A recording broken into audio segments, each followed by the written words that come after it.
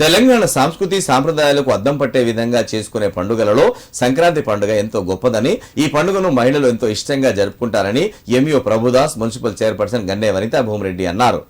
ఏ పోటీల్లోనైనా గెలుపు ఓటములు సహజమని, గెలిచిన వారు గొప్పలకు పోకుండా, ఓడిన వారు నిరుత్సాహపడకుండా తిరిగి ప్రయత్నించాలన్నారు.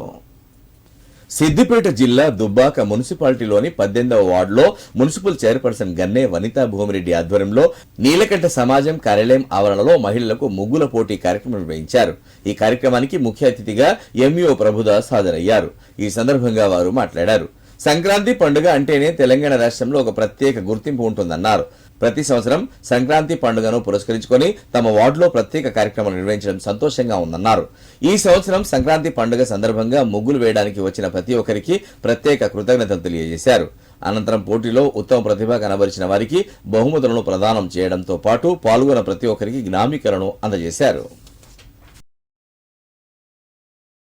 బయటకు వచ్చి మహిళలందరూ కూడా పోటీలో పాల్గొనటువంటిది చాలా సంతోషకరమైనటువంటిది, ఆనందకరమైన విషయం. ఒక కొత్త సాంప్రదాయానికి మరి ముగ్గుల పోటీలు, రంగవల్లుల కార్యక్రమం అనేటువంటిది మరి తెలంగాణ, ఆంధ్రప్రదేశ్ రాష్ట్రాల్లో అతి కీలకమైనటువంటి పర్వదినం ఇది సంక్రాంతి. అట్లాంటి సంస్కృతిని ఈరోజు మరి 18వ వార్డు నుంచి యావత్ ప్రపంచానికి తెలియజేయడం అనేటువంటిది చాలా సంతోషకరమైన విషయం. దీనికి సహకరిస్తున్నటువంటి నీలకంఠ సమాజానికి, మరి ఇక్కడికి వచ్చినటువంటి మా అక్క చెల్లెళ్ళందరికీ కూడా పేరు పేరున ప్రత్యేకమైనటువంటి అభినందనలు, ధన్యవాదాలు తెలియజేస్తా ఉన్నాం.